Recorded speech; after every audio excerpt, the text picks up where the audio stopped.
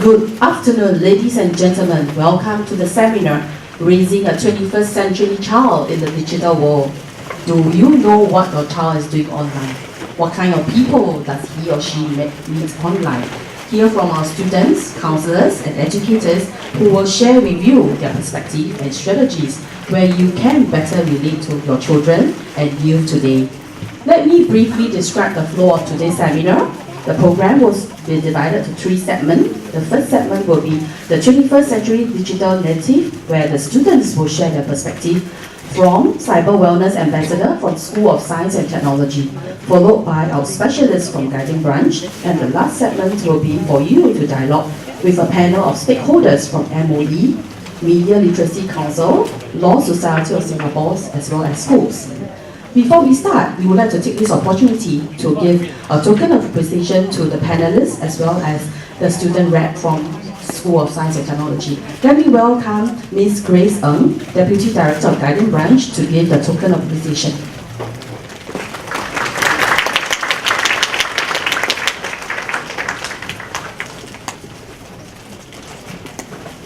We have Mr. Edmund Tay, Media Literacy Council.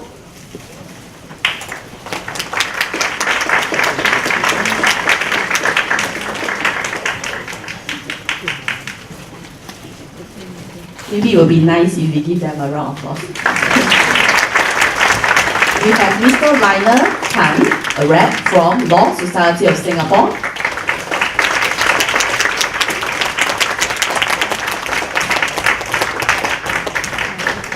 We have Mrs. Mabel Lee, Vice Principal from Westview Primary School.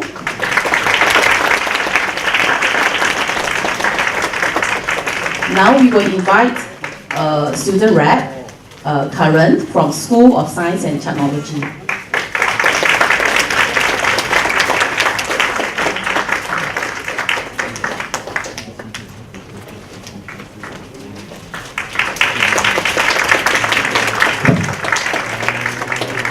Thank you, Ms. Grayson. Before we start, we would like to also highlight there is a back-end channel created for you as parents to post your questions or comments. Comments and questions are meant for the dialogue later. So you can either go into the website or can use the QR code, which can be found also in your handouts. And you can do that while the students are doing their presentation, as well as the specialists when they are doing their presentation. Let's start the seminar from. Okay, we will have the students rep who will be doing the first set. They are actually the Cyber Wellness Student Ambassador from School of Science and Technology. They were formed in 2010 to champion positive attitude and to educate students about the consequence of the cyber actions. For the past 3 years, the team has been actively involved in school programs such as digital citizenship programs, parents engagement sessions, and national sharing platforms such as EduTech Conference. And for the contribution, they were also awarded the Cyber Wellness Student Ambassador Program Award in 2011. Let's welcome the Ambassador.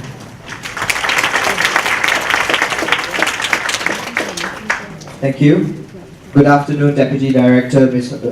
MOE Guidance Branch. Good afternoon, ladies and gentlemen. My name is Karan Sarat. I'm from the School of Science and Technology. In this section, my teammates and I will provide our perspectives on how you can raise your child in the 21st century. But before we begin, I would like to introduce my teammates. I have senior Cyber Wellness Ambassadors, Azim and Shireen, David Kadikamala from the Student Council, Ryan and Hamid Shah and Jervis from the Cyber Wellness team, juniors.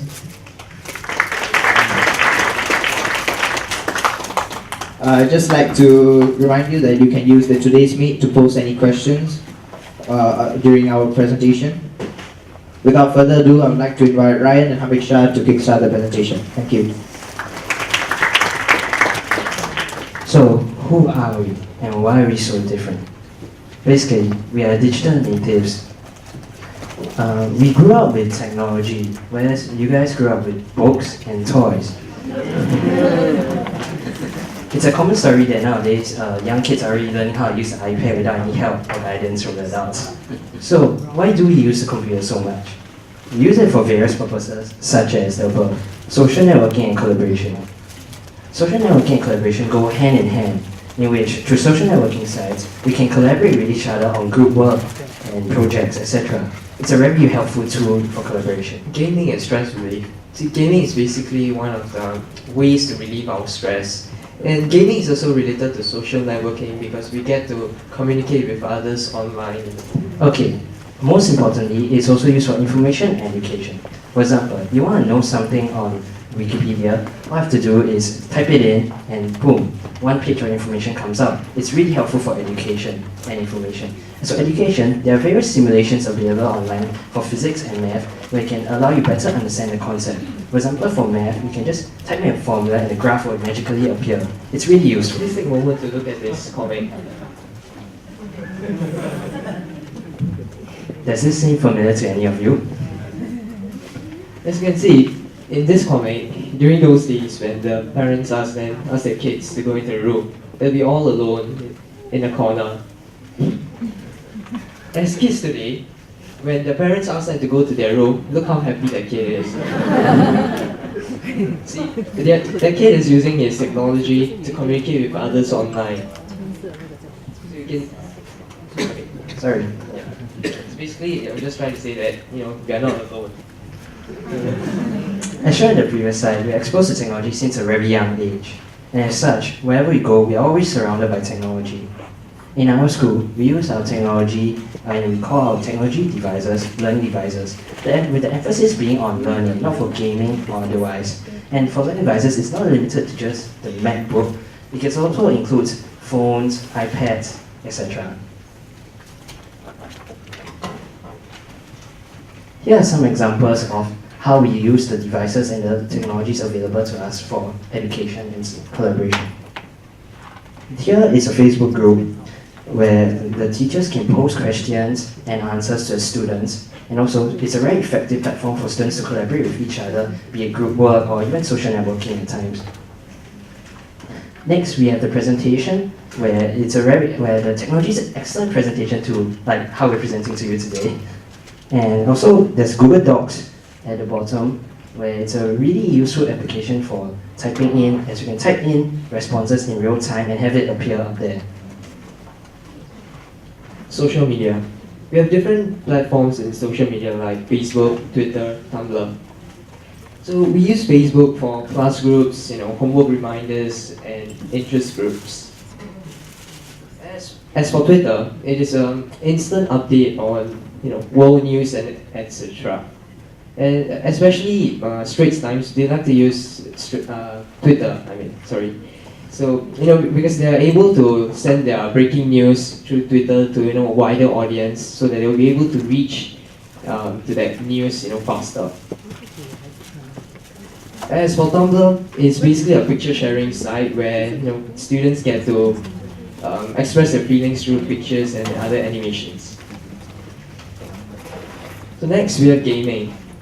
In gaming, there are different types of games like FPS, which is first-person shooter, even RPG, role-playing games. But basically, all these games are, like what I said, they are all social platforms where we get to communicate with other people online and with similar interests, and then we get to get together through these games, and we also learn about teamwork. In this modern age, all the games are really based around collaborative effort where they all work towards a similar goal. It also has a touch of social media in which you can chat and interact with other players online playing the same game. So now we'll pass the time to Sharon. Thank you, Ryan Hamid Shah. So, how do we manage this influx of social media? It all boils down to self-discipline, prioritizing and enforcing and creating work habits. Here's an example on the effect of technology on students. Say right now it's like 3 a.m. and the light in your child's room is on. You go into your room and you see them playing games on social media platforms. They realize you're there and they pretend to do their homework. Does this sound familiar, or do you fear this kind of experience? Well, most importantly is prioritizing, doing the right thing at the right time. Right now, your child is just like us, students, and to us, studying is more important than everything else. Just like before, you don't go out to play if you haven't finished your homework. And after you finish your homework, you can go online and play as well as on social media, as such as a break. So now on to the main question: why do we social media or even game? I'll let Azim explain on this.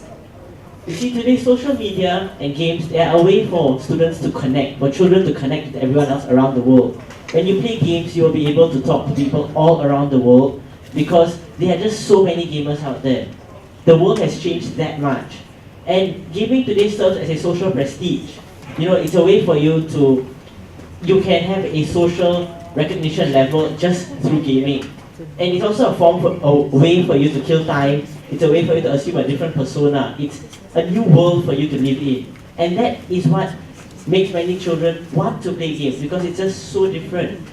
And when you talk about gaming, you have all these new lingo, especially in social media, not so much in gaming, but does any of this actually look familiar to you?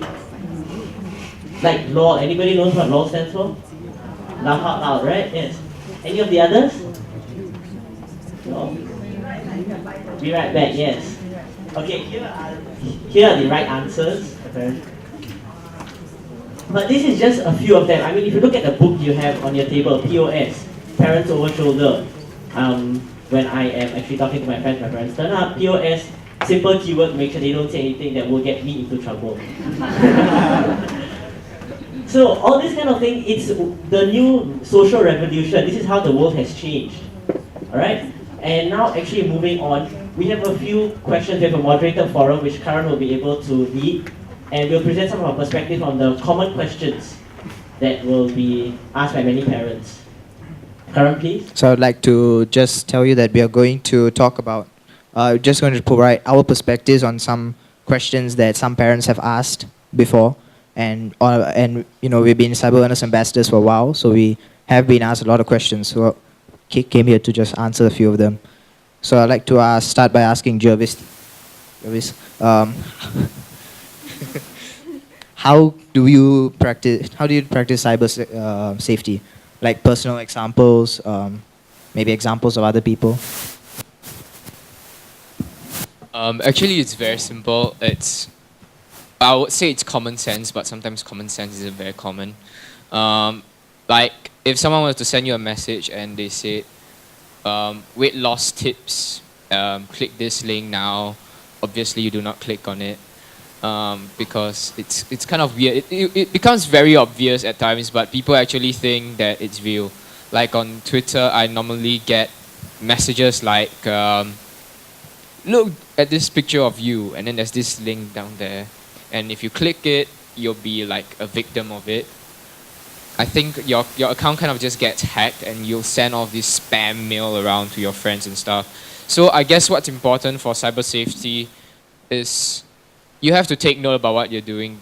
That your child has to know to a certain point what they're doing on the internet, because if they have completely no idea and they're just doing it to explore, which is completely normal for kids, by the way, they're just gonna end up at sites where you don't want them to be at. Yeah. To provide a bit more depth, I would like to ask our in-house specialist, Azim, to elaborate further. I guess if you're going to talk on social media sites, some of the things you can do to make sure you stay safe online would be your privacy settings. People have talked about privacy settings very, very often, but not many people actually know what these privacy settings do. You have, for example, I have a lot of friends in school itself, their handphone numbers are online, which is of course not a good thing, because anyone who gets access to your Facebook gets access to your handphone, and you can track down people. It's a breach in security. So if you take Facebook, for example, you have options to make sure only your name and profile picture is shown to anyone who's not your friend. This kind of information, you just leave your gender, your name, that's about it. Don't provide date of birth, don't provide your address. That's the way you stay safe online. That is the main way you have to protect yourself. I mean, in real life, you have to walk around. You're not going to people ask you for your name, okay, you'll give it, but if someone just randomly asks for your handphone number, I don't think you will give that, right? So it applies in the cyber world as well. Similar principles will always apply. Okay, good. Yep. So, about gaming, I'm sure a lot of parents have a lot of issues about gaming. So, how can we counter addiction? Maybe how do you help your child with this, like gaming? Not just gaming, maybe social networking, YouTube, Facebook.